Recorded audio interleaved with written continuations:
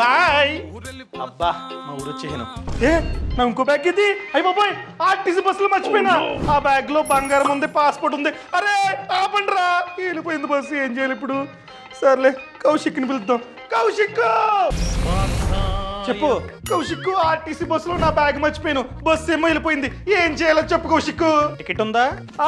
ఉంది, ఇదిగో. ఇది మేబీ టీఎస్ఆర్టీసీ కావచ్చు, ఏపీఎస్ఆర్టీసీ కావచ్చు. ప్రతి టికెట్ మీద డ్రైవర్ ఐడి లేదా కండక్టర్ ఐడి ఉంటుంది. కొన్నిసార్లు అయితే రెండు ఉంటాయి. ఫర్ ఎగ్జాంపుల్ దీని మీద చూసుకున్నట్లయితే కండక్టర్ ఐడి ఉంది, CONDNO అని ఉంది కదా, 411311. ఇది ఆ కండక్టర్ యొక్క ఎంప్లాయ్మెంట్ ఐడి.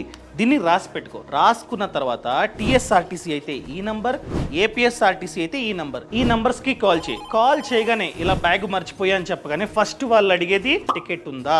సో టికెట్ ఉంది అని చెప్పగానే కండక్టర్ ఐడి చెప్పమంటారు. ఈ ఐడిని నువ్వు చెప్పగానే వాళ్ళు సిస్టమ్ లో ఎంటర్ చేస్తారనమాట. ఎంటర్ చేయగానే నీకు ఎవరైతే టికెట్ ఇచ్చారో ఆ కండక్టర్ ఫోన్ నంబర్ అక్కడ కనిపిస్తుంది వాళ్ళకి. అదే ఫోన్ నంబర్ ని మనకి చెప్తారనమాట. సో వెంటనే ఆ నంబర్ కి కాల్ చేసి ఇలా మర్చిపోయా ఆపండి అని చెప్తే కొన్నిసార్లు ఒకవేళ దగ్గరలో ఉంటే ఆపుతారు, లేకపోతే బ్యాగ్ ని పక్కన పెట్టి సేఫ్ గా పలానా చోటకి రండి అక్కడికి వస్తే ఇస్తామని చెప్పి సేఫ్ గా పెడతారనమాట. అదే వదిలేసాం అనుకో ఎవరికలు దొబ్బేస్తారు. అట్లీస్ట్ ఫోన్ చేస్తే సేఫ్ గా పెడతారు కదా. సర్లే తీసుకొని ట్రై చేయి. కట్టే నువ్వు ఆగిప్పుడు చేస్తున్నా.